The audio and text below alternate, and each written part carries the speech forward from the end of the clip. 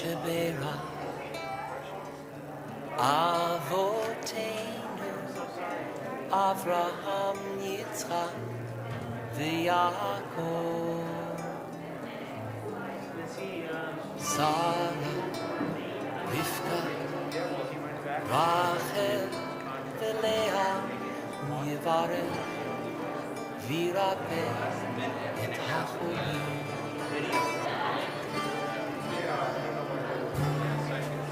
Shebera Avoteinu Avraham Yitzchak V'Yaakov Sarah Rivka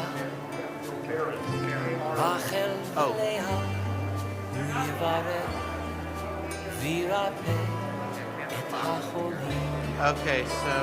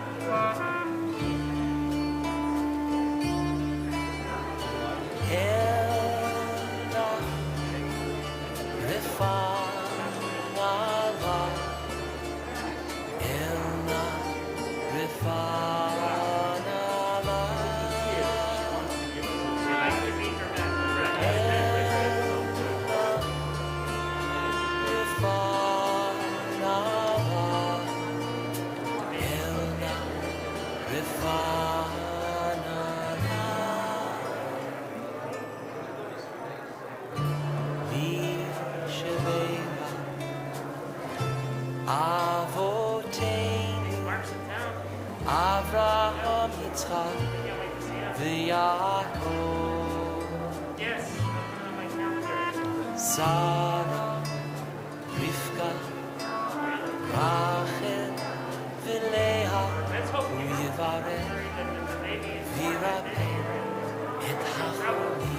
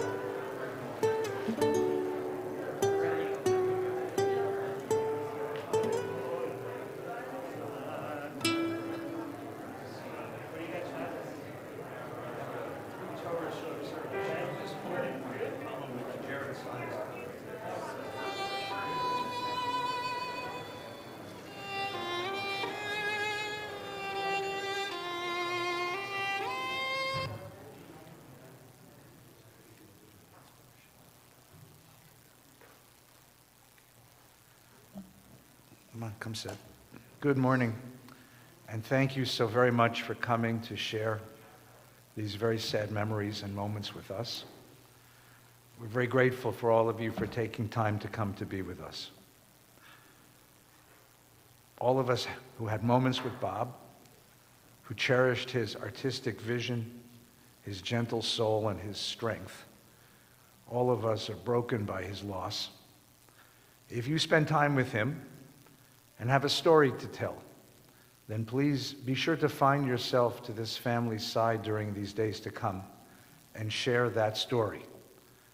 Every story brings a bit of him back into the world. Every story brings comfort and strength, and they may bring tears, but those are sacred tears, tears of reconnection and recollection. So please bring your stories, your memories, the moments you shared, and share them with Nancy and Aaron and this family. Following this chapel service, we invite all of you to come with us up into the park for the interment and burial service. After that, we're going to ask you to return to your places and allow the family to have a little quiet time this afternoon. The family will be gathering at Valley Beth Shalom in Encino at 5 o'clock this evening for the evening minyan for Kabbalat Shabbat. Just a minyan, we'll say Kaddish together, we'll sit together. There's a private dinner following that for just the family. Tomorrow evening, Saturday night, at 6 o'clock at Valley Beth Shalom in the Levine Community Center, we will gather for a Shiva Minyan, a memorial service for Bob. We'll pray a little bit together, we'll share stories, we'll look at some of his photographs, and we'll share his special soul and spirit. Please come back and join us for that, and a light dinner will be served after that.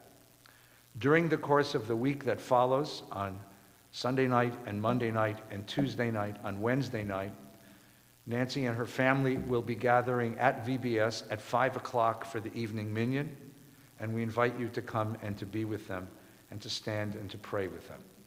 So this evening at 5 o'clock, minyan, tomorrow night at 6 o'clock for a special memorial service, and each evening following at 5 o'clock, all at the synagogue at Valley Beth Shalom in Encino. If you would please take just one moment before we begin the service to take out your cell phone and make sure that it's on quiet so that it doesn't disturb these sacred proceedings. And again, thank you for being part of this service this afternoon.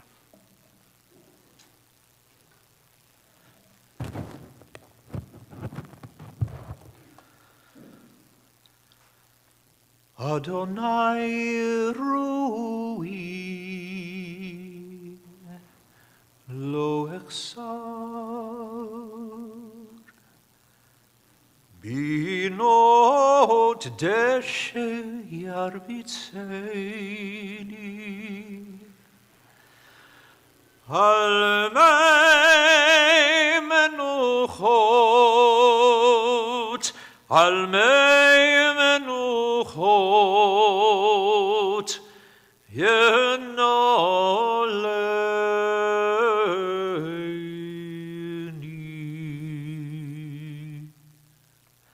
Nafshi shovev, shovev Yancheni v'moglei tzedek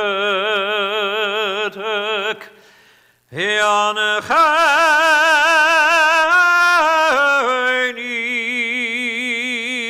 v'moglei tzedek Lemon Shemo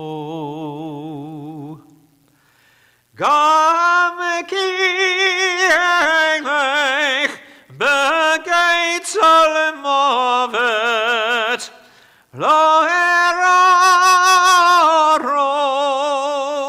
ki otoi modi shivtecha omeshantecha Heimoyenochamuni Taroch lefanai, lefanai Shulchan neged tzorerai Sham Tov Hashem Roshi Kosi Revaya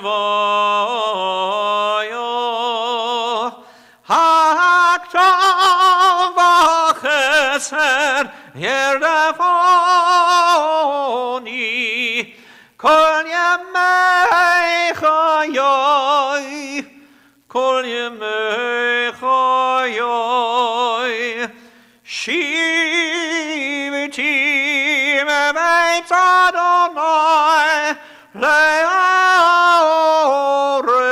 Yamim Adonai Roi Lo Echsar Adonai Roi Lo Echsar.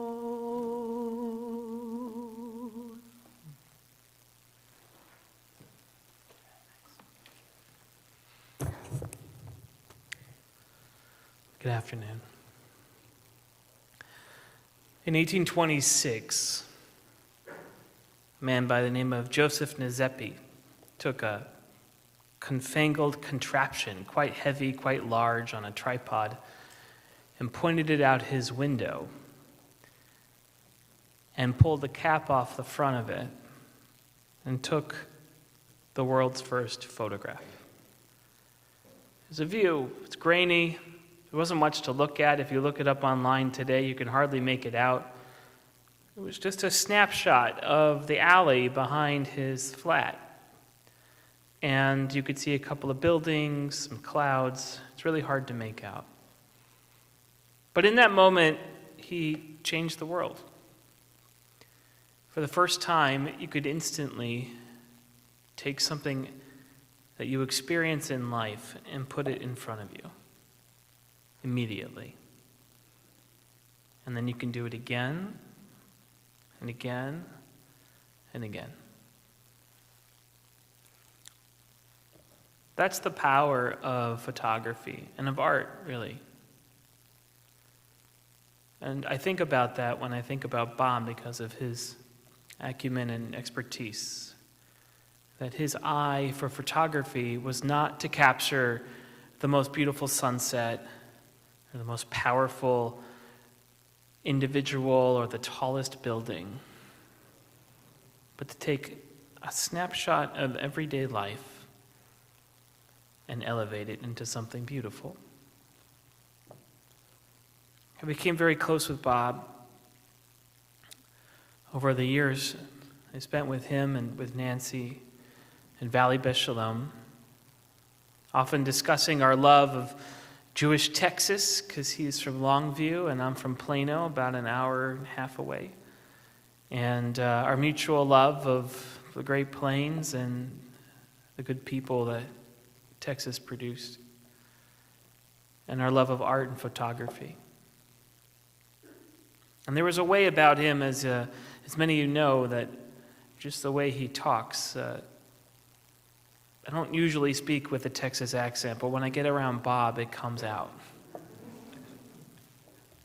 Jaw drops just a little, the cadence slows, and you have to end every sentence with a smile, because that's the way. That's how it works, and that's how Bob worked. So he wasn't just a congregant. In that sense, he's a dear friend, a landsman. And I can't help but thinking about our time together and our moment here. That when we come and we share stories of his life, when we show our faces to each other, just like Bob did, just like Joseph Nezepi did, you take a snapshot of everyday life, every story, every moment, and we elevate it into something beautiful. And that's why we're here, and why I'm honored to be here, to share this time with you. I'm going to call up Rabbi Feinstein now to help us officiate the service. But I just want to say that being here and being with all of you again. It feels, as I said to Nancy a few minutes ago, an honor and a bit of a warm hug coming home. And may Bob's memory always be for a blessing.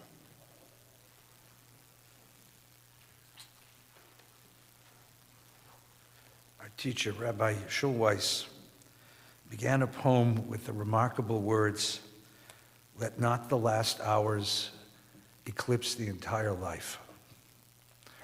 Let not the pain or the suffering negate the memory, the celebration, the joy, the creativity, the power of this life." That is the imperative that drives us today.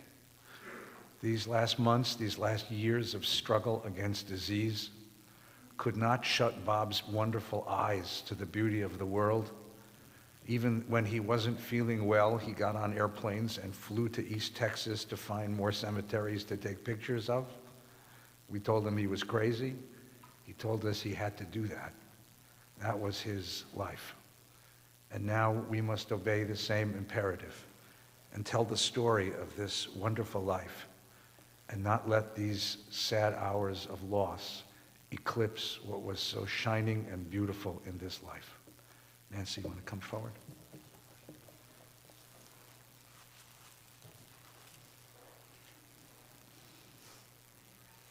a big deep breath. Yeah, I need to do that for sure. Yeah, thank you. I want to start, frankly, by thanking our caregivers. I couldn't have gotten through the last several months without them. I think some of them are here today. I feel like we need a special prayer for caregivers because the challenges we faced during all this suffering and pain, you have with you people who can help you through it and helped him. So I wanted to at least thank those caregivers because they made a real difference in my life. And I wanted to tell you that. Okay. As I think you all know, Bob is the love of my life. He's been that way since I was 19 years old, and is still the love of my life after 49 years or so of marriage. The past is never dead. It's not even past, said William Faulkner. And so he is these things and will always be so. Not many of us are lucky enough to have a relationship where you are unqualifiedly loved, supported in every endeavor, and are deeply understood. And it's hard to imagine committing to such a lifelong relationship when you're a junior in college. Bob was special, and I knew it. The moment that sealed the deal happened 3 weeks after we met. Sorry. We were in Longview, Texas to meet his parents. And at dinner with his dad and stepmother, Lucy, we were having a discussion about some matter which required me to get up and grab something from my bag so that I could hand it to Bob's father. As I asked to be excused for a minute to receive the paper, Bob's father hurriedly rose from the table, napkin in hand, and said in a strong, firm voice to Bob, Bob, get that for Nancy."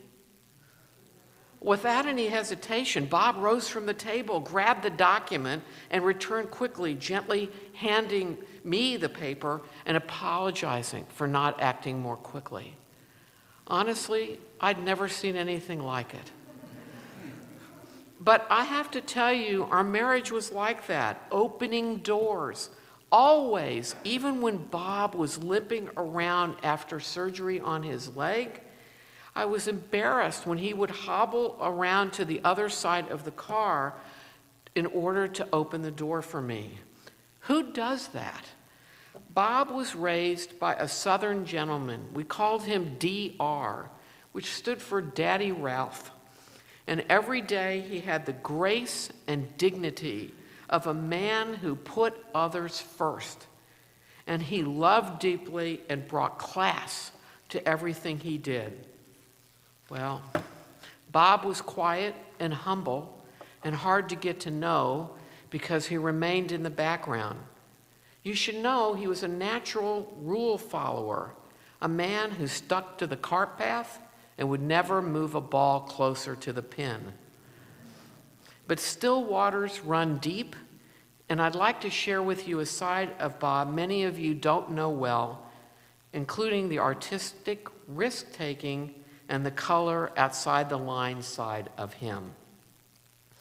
Bob was an adventurer. This is surprising, I know.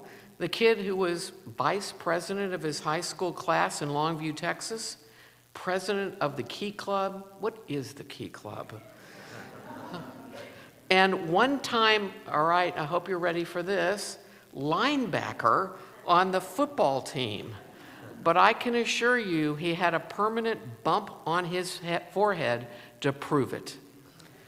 He went off to a school no one in Longview had ever heard of, Northwestern. No, not Northwestern Louisiana State, as he was often asked, but the one in Evanston, where he won the Cherub Award in the Northwestern Summer Program because of his work in radio, of all things.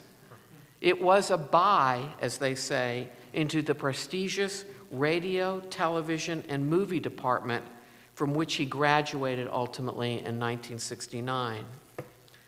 Northwestern was for Bob a challenge, in part because he felt out of place as a small town guy amidst a worldly group. His late-night movie buddies included the son of the CBS News president. He never quite understood why such a guy would hang out with him. I understood. His roommate from a ritzy Cleveland suburb, and a buddy who hung out with his mom's close friend Andy Warhol.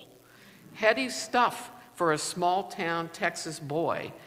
Not Bob, except for one thing. They all enjoyed the French New Wave, late-night movies, and midnight dinners. They were a motley crew. He became part of Bob's life even after undergraduate school. One ended up in Japan at the same time we were there. Surprising. We ran into them on a street in Hong Kong. Another who spent years in Paris as a network correspondent and renewed a warm friendship with Bob only a few years ago. But these friendships and memories brought him great joy. He told me he realized at Northwestern for the first time there were others who shared his love of movies. Northwestern turned out to be life-changing, and he was determined not to return to small-town Texas. So when his contemporaries were going to Vietnam or graduate school or Canada or anywhere to avoid the war, Bob gathered himself and went to a place with mud roads, heating, if any, below the floor, bathhouses, and little English, South Korea. A place where he could learn about another part of the world very different from Longview, Texas, and he could help South Koreans devastated by 2 wars to build, of all things, a tourism business. Bob went into the Peace Corps. There, he carried his camera everywhere, traveled in Asia, and enlarged his worldview by being present and very connected in places like Longview, Chicago, and the United States. It wasn't enough to take on Korea. No, Bob traveled to Japan when he had time off and fell in love with Asia.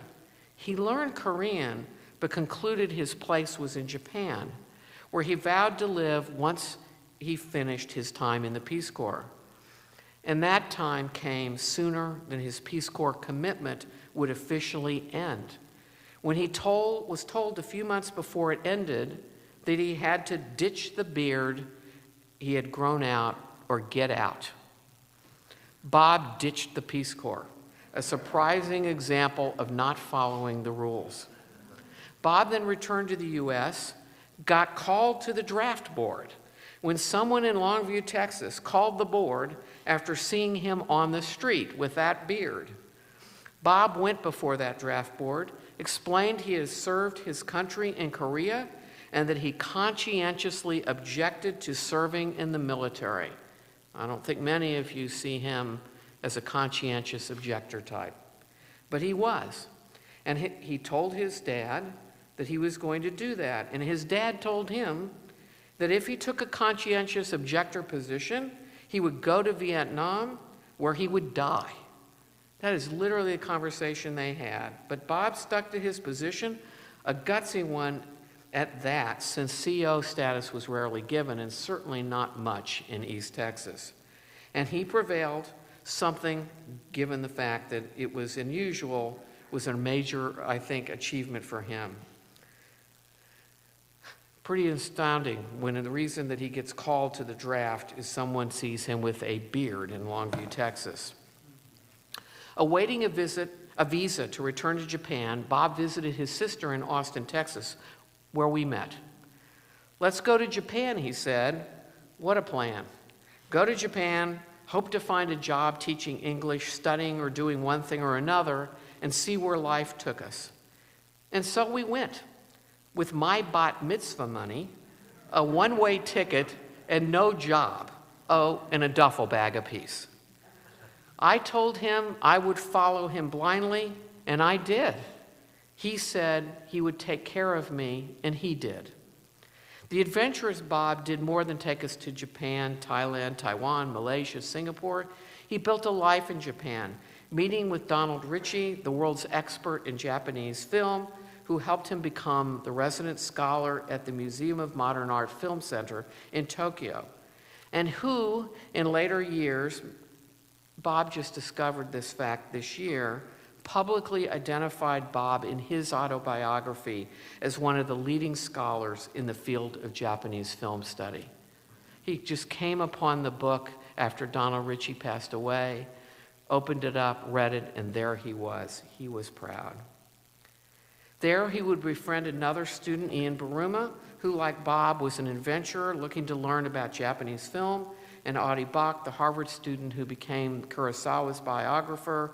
Bob, the adventurer, gave way to Bob, the intellectual and academic, as he watched movies every day on a moviola, you know those machines where you watch frame by frame, at the Tokyo Film Center, and hung out with the next generation of Japanese film scholars. As most of you know, Bob has a PhD in film from UCLA with a specialty in Japanese cinema. He reluctantly explained to folks that he did not know about Godzilla, but rather about Kinogasa and Mizoguchi, influential directors who inspired Truffaut and others. It did irritate him when people would start asking him about Godzilla. I have to confess to that. But in this country, that's a lot of what people knew about Japanese film. Bob's academic life started well before he was in college. If you want to know Bob, you should picture him in a coffee shop in New York, reading The New Yorker cover to cover, drinking coffee.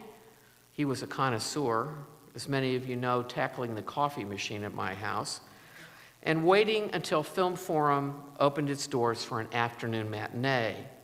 Or at home, listening to Miles Davis, of course, drinking coffee, reading Art Forum or Philip Roth.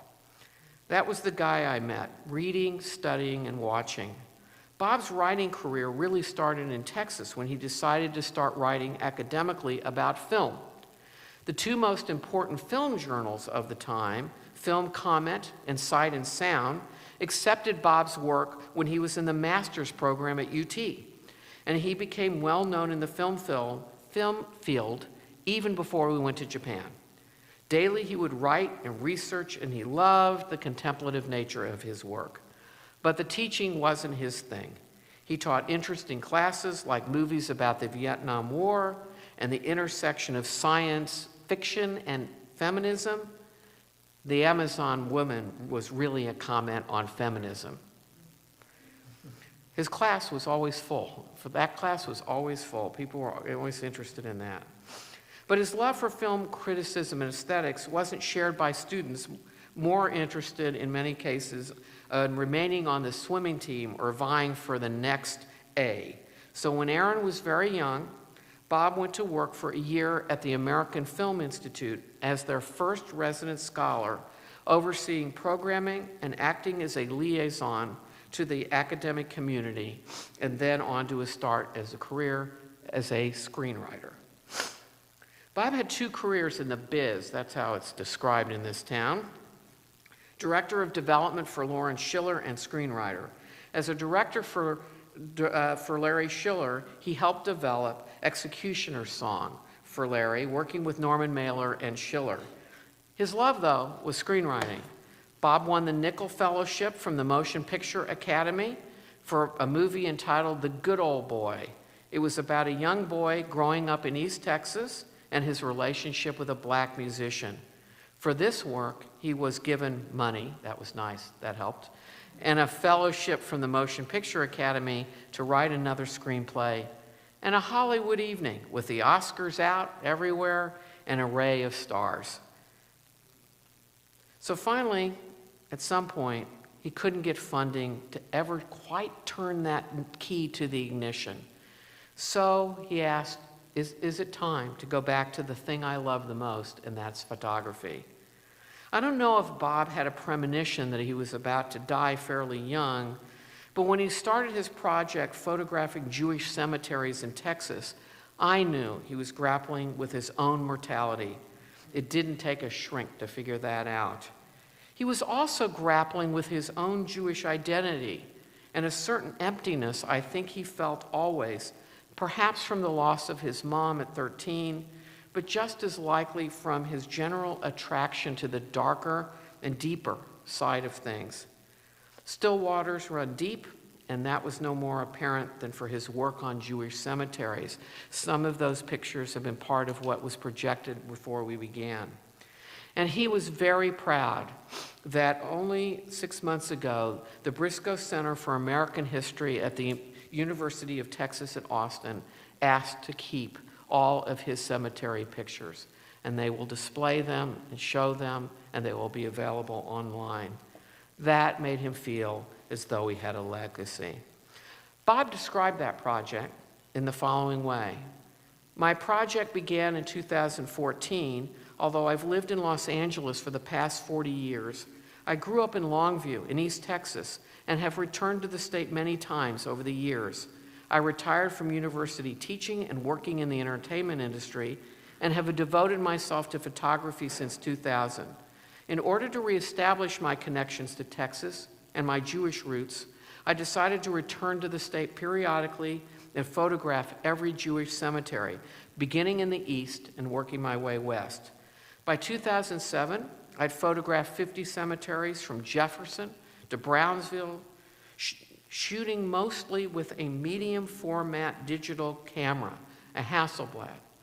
Unfortunately, in 2018, I discovered I had cancer and have been unable to complete the task I had set. The photographs I've taken so far, however, show that without careful preservation in the future, many of these cemeteries will be gone due to neglect or environmental destruction. Every year I watch each new hurricane or violent rainstorm and wonder what is happening to the small cemetery in Hempstead or Orange or Luling, or to the beautiful cemeteries in Galveston, where the rising water levels along the coast will perhaps force the relocation of hundreds of graves. Will we have sufficient documentation of these irreplaceable sites? At what point do we forget this part of Texas Jewish heritage? I will tell you that Bob and I talked often about his work as a documentarian, preferring pictures without people, or at least live ones. We laughed that if he were a doctor, he would be a coroner, because he wanted to understand the human condition without dealing with the messiness sometimes of a live one. Many of these things about Bob are not known, in significant part because of humility, quietness, and a desire to stay in the background.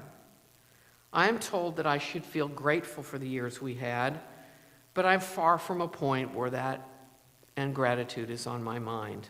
The loss is deep, leaves a void that's irreplaceable. Sorry. I'm having trouble mustering gratitude. Nothing has made me happier than coming home every day to be with Bob, talking with him multiple times throughout the day for 49 years, and then spending time together as the sun goes down on another day. Bob said to me a number of years ago, if I can't eat ice cream or his sister Lynn's memorable angel biscuits or her chocolate cake while watching old movies, then life wasn't worth it. That day came, and so it was. A life well lived, a brilliant spirit with great love of family and life, a beloved husband and father and brother-in-law, good old boy, yes, he was that, scholar, artist, adventurer, academic, and forever partner. I will miss him terribly.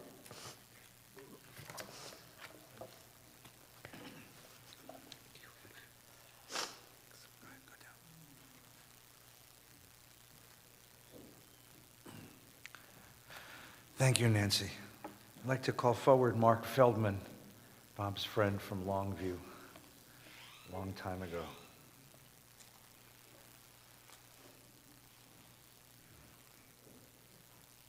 How you doing, sir? Please.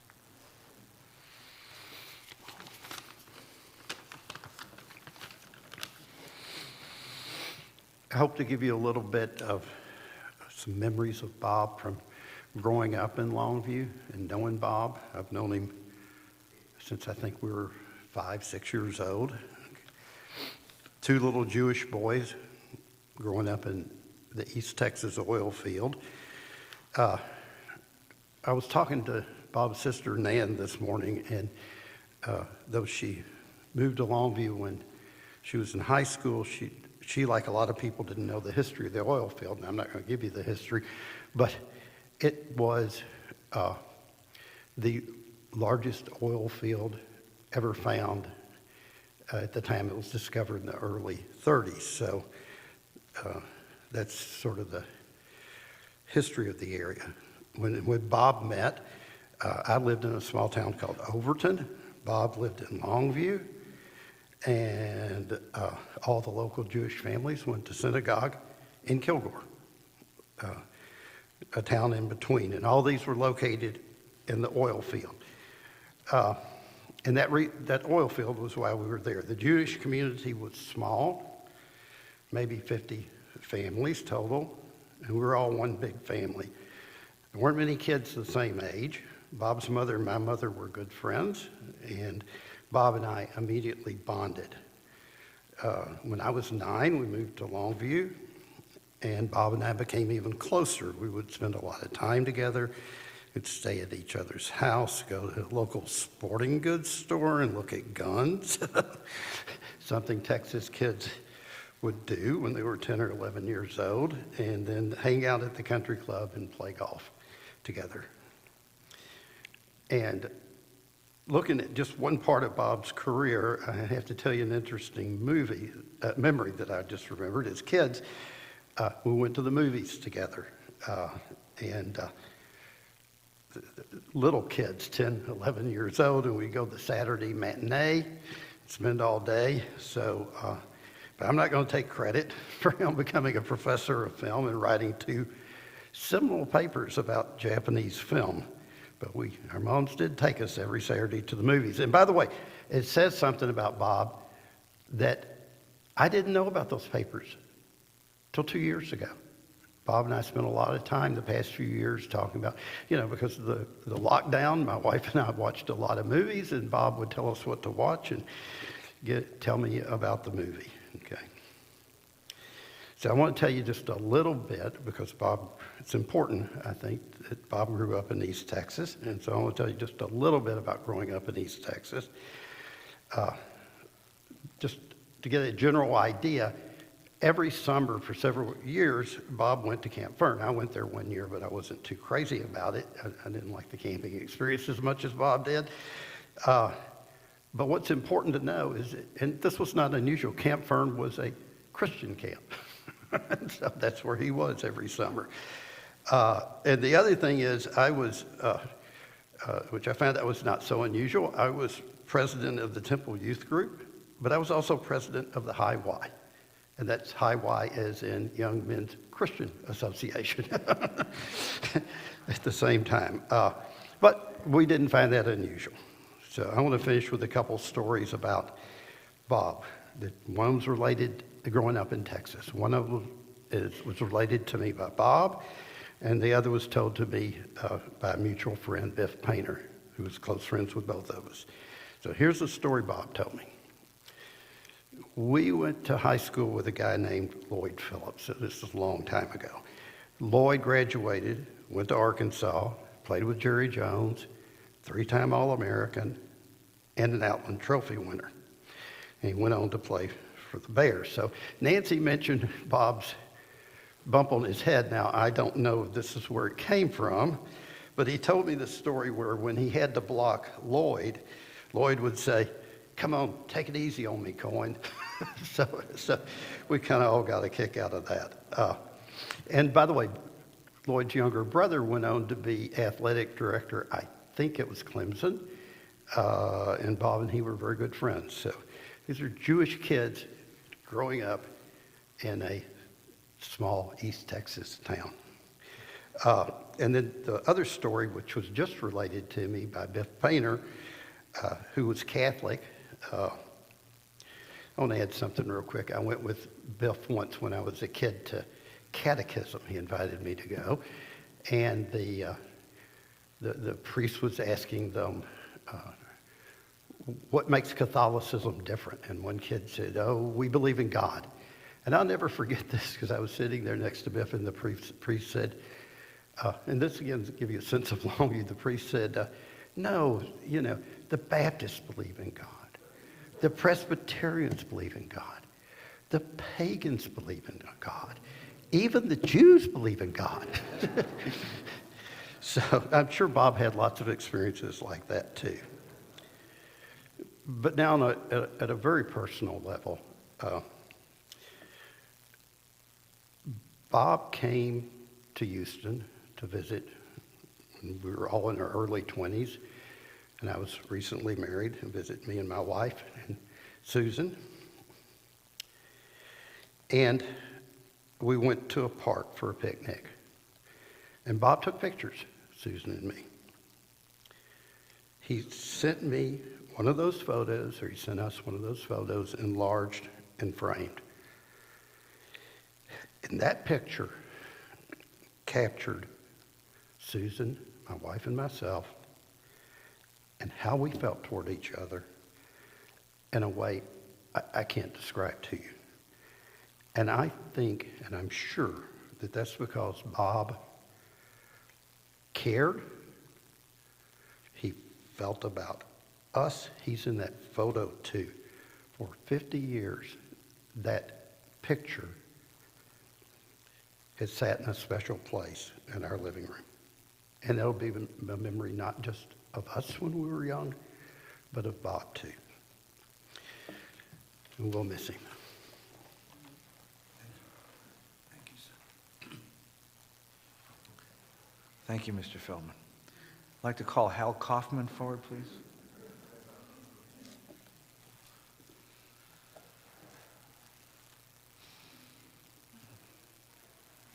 Thank you. Is that Nancy's mask? That's Nancy's mask. I was just asked to bring that back. I'll forget what I have for lunch.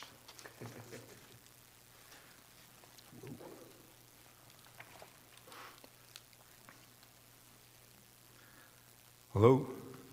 Hi, I'm Hal Kaufman in the East, Kaufman in the Midwest and the West.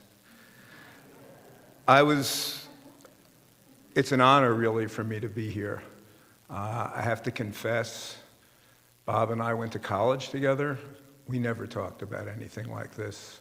Never talked about where we would be 50 years, more than 50 years going by. And I'm sure like everyone here, time goes by in an instant, unfortunately. But it's a great instant and something we can all be happy that we lived through. I'll take you back a little because after hearing Nancy's wonderful description of Bob, I realized I must have gone to school with a different Bob Cohen. Bob and I met at Northwestern, which everybody today thinks of as this brilliant academic institution, higher learning, all kinds of things. It was a lot different when we went there.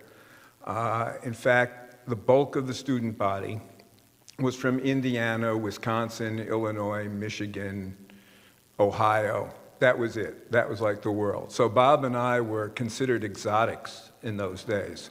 Here was Bob coming all the way up from Texas and me coming from the romantic wilds of New Jersey.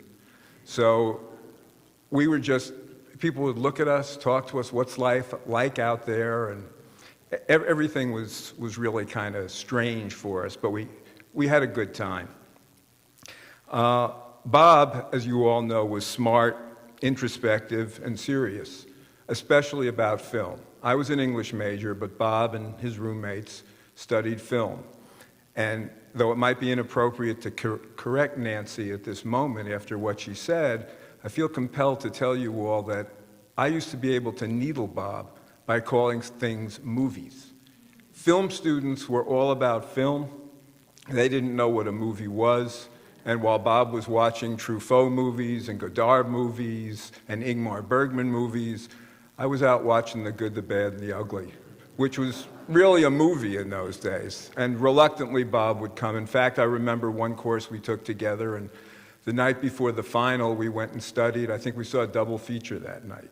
So that was our idea of studying. But with all the great courses at NU, all the academic things, all the cultural things, the one course that Bob and I really were able to bond over, and it was my favorite course in 4 years of there, was bowling. Part of Northwestern's requirement was that you had to take a physical education course. So for 1 quarter, 10 weeks, once a week, Bob and I would jump in his car, drive to the Skokie bowling alley, and watch a lot of older women and men bowl, only to discover now as I look back that those men and women who we thought were old were probably in their mid-40s. But when you're 20, 40 looks old. When you're 70, 40 looks like a dream come true. So, and then one of my other greatest memories with Bob was when he invited me down to Longview for spring break. I had never been to Texas, and I was pretty excited about the trip. And as we said before, Bob was, serious and unflappable, which came to be really a good thing, because when we were driving down, we got pulled over by a cop in Jackson, Mississippi for speeding. And I'll confess that my entire knowledge of the South at that point in time was pretty much based on the movie In the Heat of the Night. And I didn't think being a minority, being pulled over in Jackson was going to work out for us. I didn't know if we'd ever make it to Texas. But Bob was cool, calm, very polite. The officer was very understanding, looked at us and said, "I guess you boys don't get down this way too often." And we said, "No." He said, "Well, here's the ticket, and you can just mail in the money." And Bob took it in stride. I was looking for the next men's room. But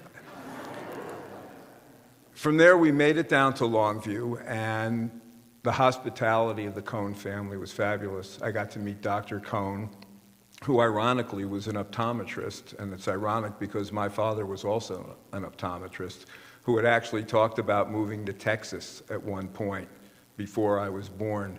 And with no disrespect to Mark or any other Texans, I'm glad we stayed in New Jersey. We got down there. I met Dr. Cohen, Bob's stepmom, Lucy, his beautiful and hospitable sisters, and had a great time.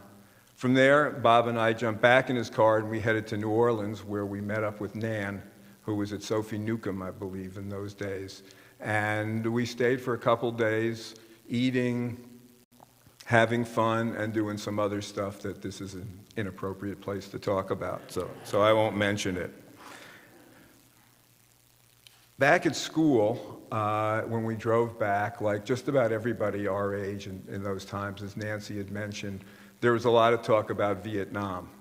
And it's ironic to hear what Bob's dad had said that Nancy related. I didn't know that. But Bob and I both came to the conclusion that it was kind of crazy to go to some country you've never heard of, fight and either kill or be killed by people you had no idea why we were fighting.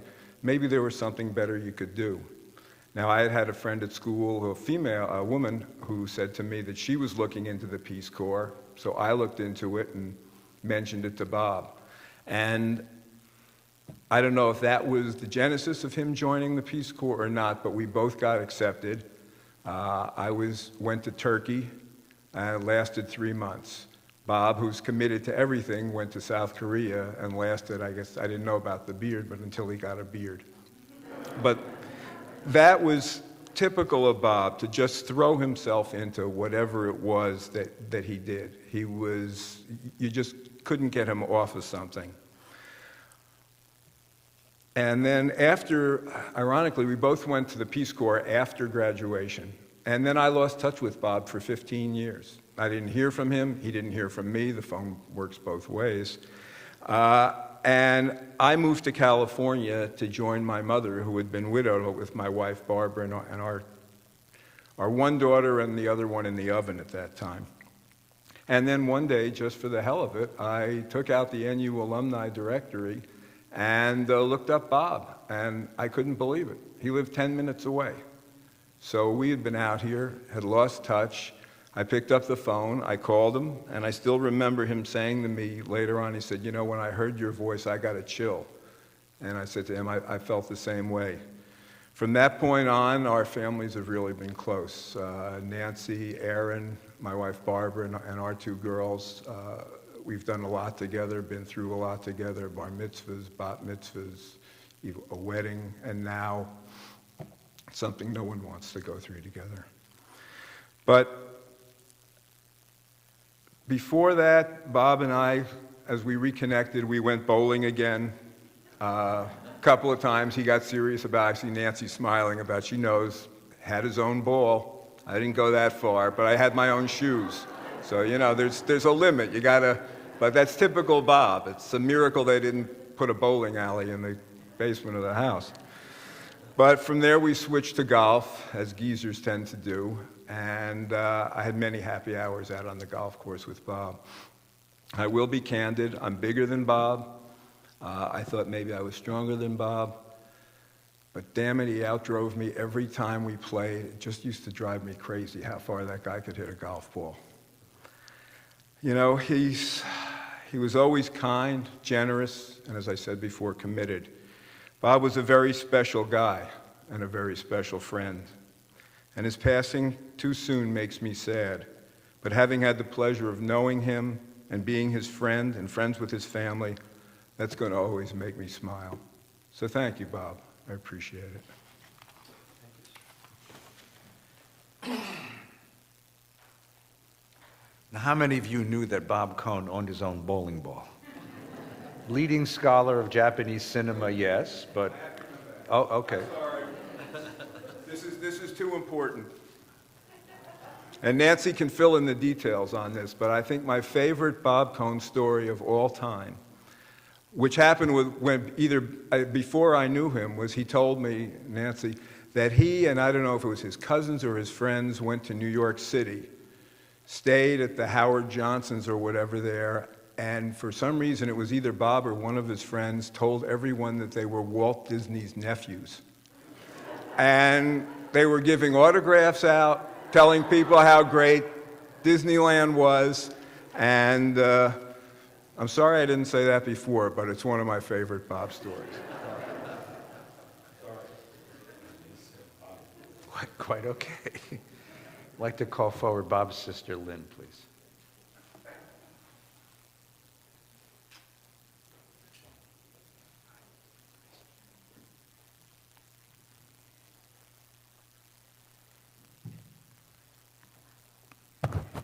Tough acts to follow.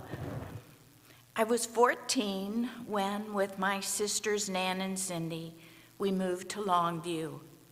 Bob became our brother and Patty our sister, and we grew into a blended family. Our household was bustling with 3 teenagers and 2 almost tweens. I can only imagine what Bob must have felt with this female invasion. Nonetheless, he generously took Nan to meet his friends as she joined their high school class. Bob was a football player, which in Texas is a really big deal. I was so impressed. We never missed a game. Always looking for the next challenge. As you have heard, Bob was accepted into the Northwestern University's National High School Institute in Theater Arts, Film, and Video. He matriculated there after high school graduation, where the seeds were sown for his future creative endeavors. Never to sit idly by, Bob joined the Peace Corps, where he served in South Korea for 2 years. His homecoming was a joyous Thanksgiving celebration. It was also the first time the family met Bill, my future husband, who had proposed to me the night before on Stemmons Expressway in Dallas, Texas, and I was the driver.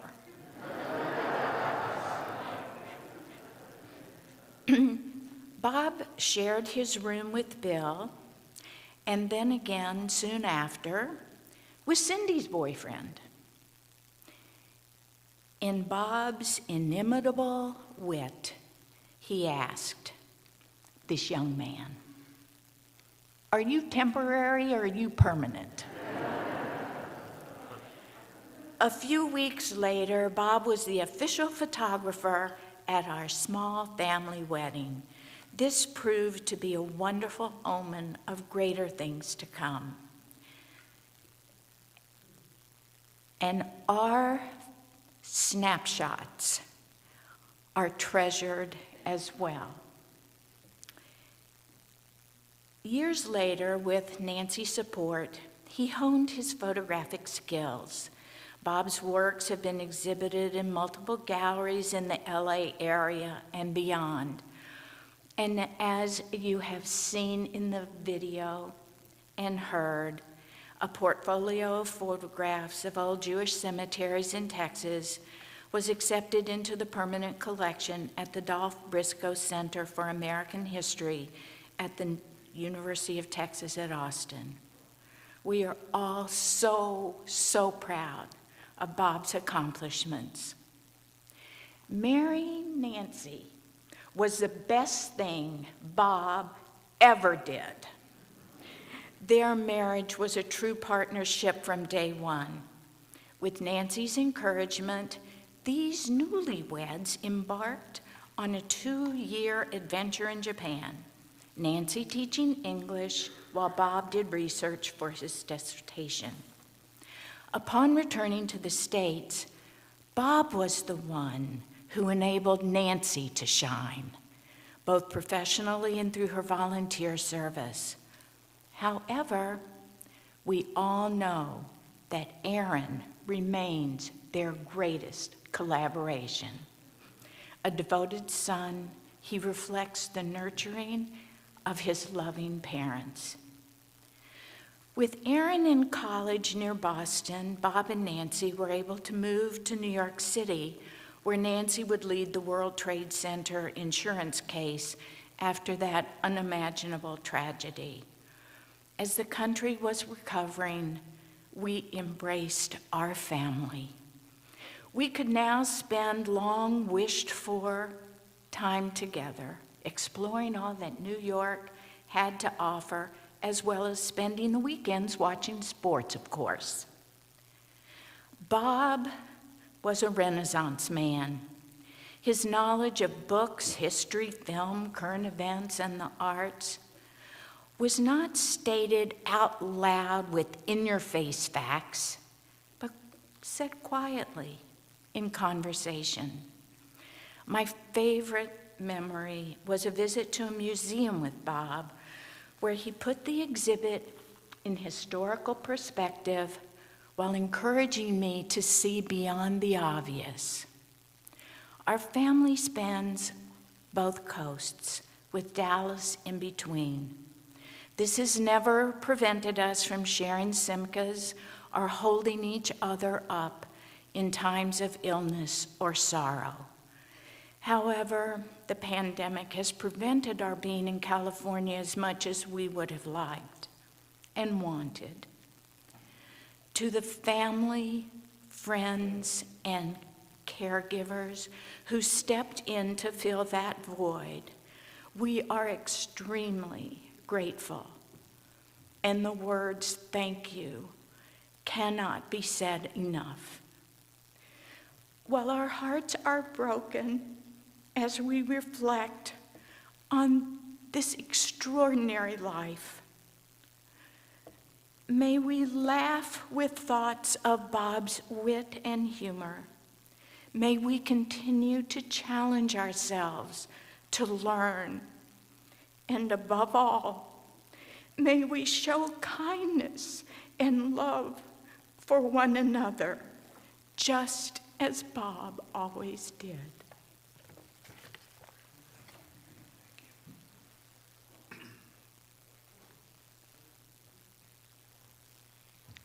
Thank you to Lynn, and to Hal, and to Mark, and of course to Nancy for sharing your wonderful memories of Bob's life.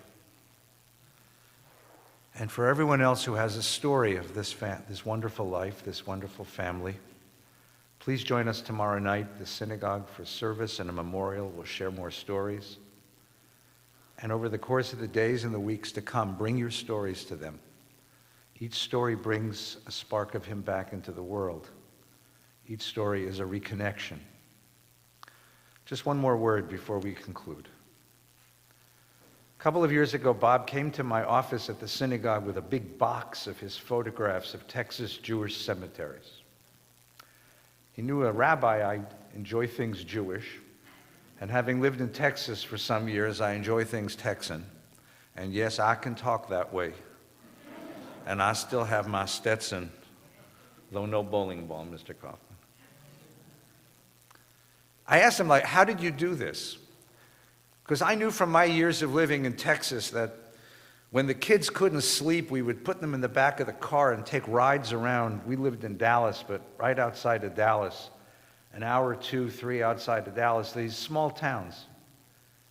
And every one of these towns had a town square, and every one of these town squares had a Schwartz's drugstore, or a Goldfarb's department store, a general store with a Jewish name on it. Jews had populated that area. And he told me that he would go to a town, he would go to the coffee shop, usually a coffee shop right off that main square, and he'd sit in the coffee shop and chat up the waitress and ask them, where's the cemetery? Where's the synagogue? And finally they would point him to one of the older members of the community who would say, well, ask Mr. So-and-so, he'll tell you. And he would find outside the town.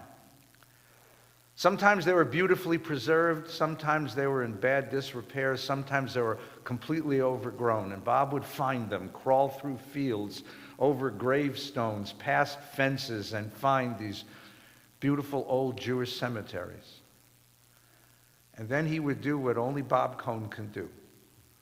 He would take these pictures, mostly in black and white, to capture the light and the darkness. He had this remarkable ability to take these pictures, and I sat with him in the office, and we went through boxes of these pictures, because each one told a story. A little town called Orange, Texas, which I still don't know where the hell it is. And outside of it is a glorious little Jewish cemetery, and you see the markers, and you read the names, and you can see the dates. And Bob knew the stories, because the markers told stories. Stories of an immigrant who came from Central Europe in the 1870s and got on a train in New York City or Savannah, Georgia, and came to Texas. Got himself a pack and carried that pack on his back for 5 years, from ranch to ranch and farm to farm and town to town and village to village, until he could afford a horse and a wagon, and then the circuit with the horse and the wagon. And then he'd find one particular town that would welcome a stranger who talked with a funny accent, didn't know too much English, but could provide cloth and needles and thread and dry goods and treats, special treats from back east, special knickknacks from across the oceans, and he'd build himself a little store and discover that there was another Jewish family somewhere far away, had a daughter, and they married and built a family. And all of those stories are captured in Bob's pictures. All of those stories are captured in that remarkable gift. The names, long Yiddish Jewish names. And then in English it would simply say Chester. Just the names and some of the images. Sometimes they were marvelous graves with statuary. And sometimes very simple little markers. And sometimes awfully sad ones. A child who had died during a plague, during an epidemic. A wife, the first wife who died in childbirth with the first child, and the second wife with the second child, and the third wife. And all of those stories captured in those places. And it took Robert Neil Cohen, with his magical eyes, to see the light behind the darkness, to see the dreams that were invested in those places, to see the ideals and the visions. What it was like for a little Eastern European Jew or a Central European Jewish family to find freedom and possibility and welcome in an East Texas town or a West Texas village. You know, in the Jewish faith, we have a name for this place. You'll see it in Bob's pictures almost everywhere. They call a cemetery Beit Chaim, a house of life. Not just because it's a euphemism, but because there is a conviction that life has something to learn from death. That death comes to teach us something about how precious the days we share in the world are. How precious are the gifts each of us brings. How precious are the opportunities we come across in the course of life. And Bob, he saw that with his eyes. He could sit there for long periods of time. He had this wonderful patience, very un-Jewish, by the way, this patience to wait for the light to be just right. He didn't shoot with flash. He did this completely with natural light. Wait for the light, for the clouds, for the sunlight, for the shadows to be just right, to tell the story that this cemetery elicited. And the other beautiful name for this place, for the pictures that Bob took, for the places that he memorialized in his photographs, is Beit Olam, a place of eternity.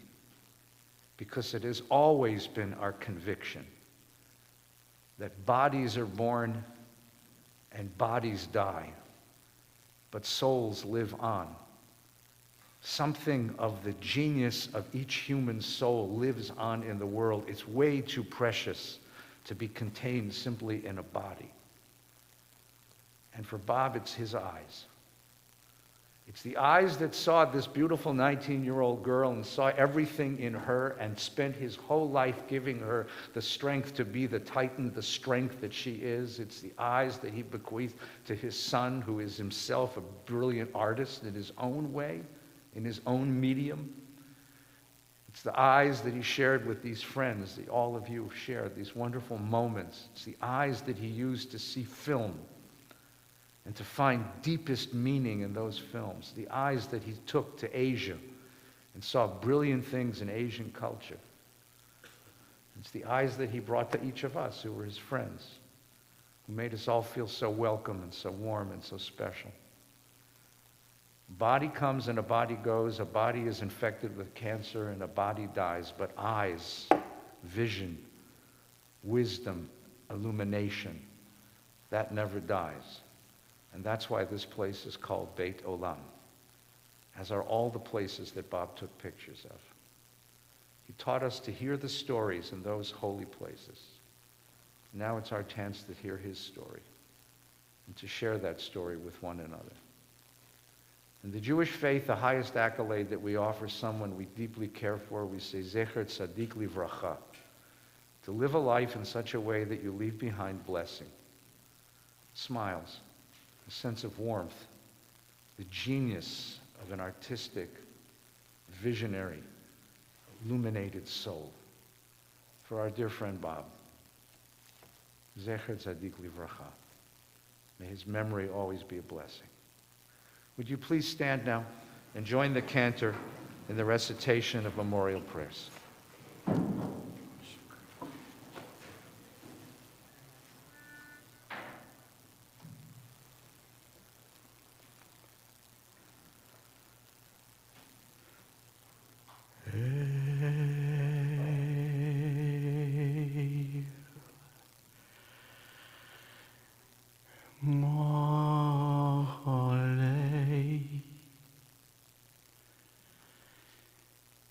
Rachamim Shochein V'Meromim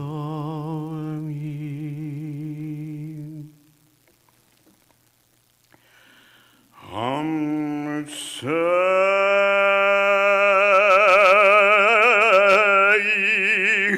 Menuchon Choena Tachat Kanefei Hashchino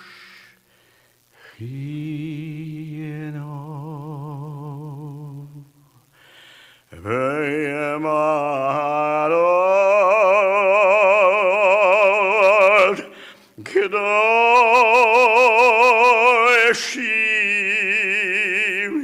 Ve'emarot Kedoshim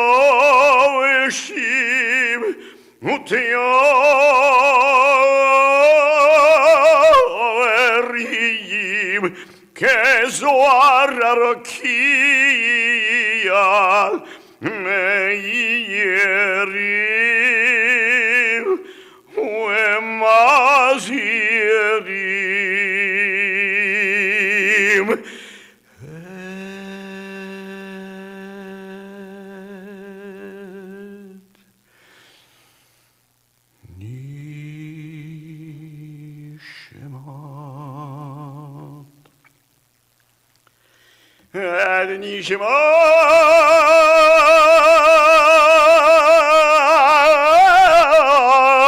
Nishmat Yerachmiel Natan Ben Reuven veRozali Shehalach Leolamo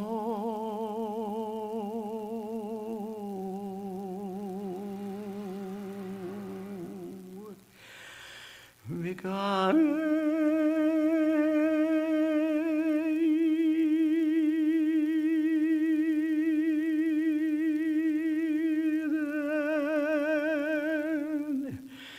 Began identity Menuchato Luchain Balhorachami Astirehu Beseitel Kenafov Leolamim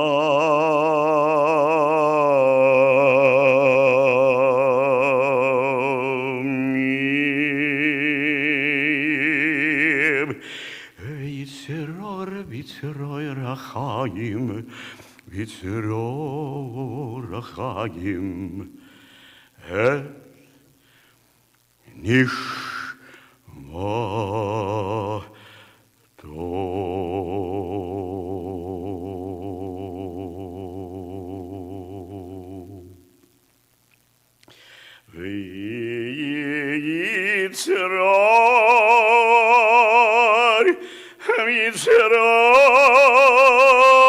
Vitzeror Rachayim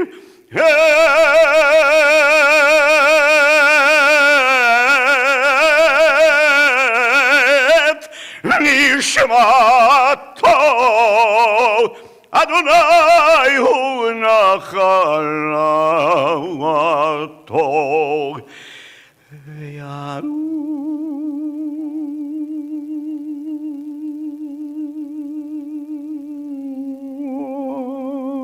Yaruch B'shalom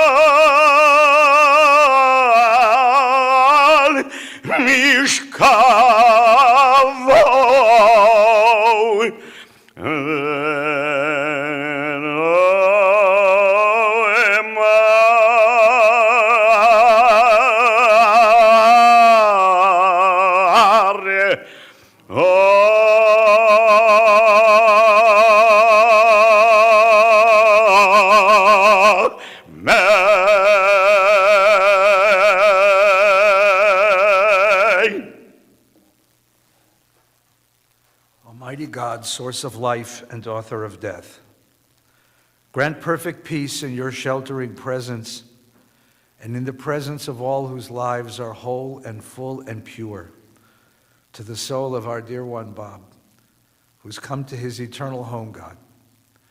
Source of life, remember and help us to remember the genius of this life, the wise and loving eyes that found immortality in so many visions of the world, the wise and loving heart that cherished this family and so many dear, dear friends. Source of life, protect this life beneath the wings of your holy presence and bind him into your eternity, and let him rest now in peace. Amen. Please be seated.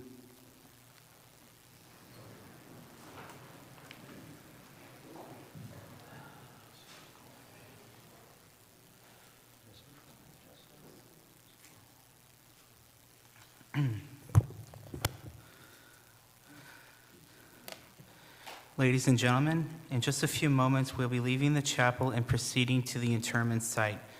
We'll be exiting through the doors in front of you to your left, following behind the casket bearers and the immediate family. Once outside the chapel, please go immediately to your cars and we'll follow in procession. The following have been asked to serve as casket bearers: Aaron Cohen, Bill Myers, Armand Schwartz, Darren Myers, Jason Liu, Scott Shear, and Andrew Schwartz. Because the service is still in progress, please do not approach the family at this time. Inside or outside the chapel, please wait until we go to the interment site.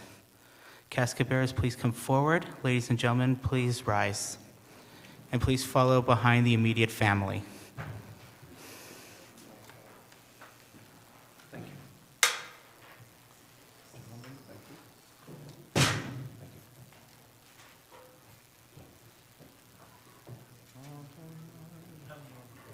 All right, gentlemen, I need 3 on each side and 1 in the back, please.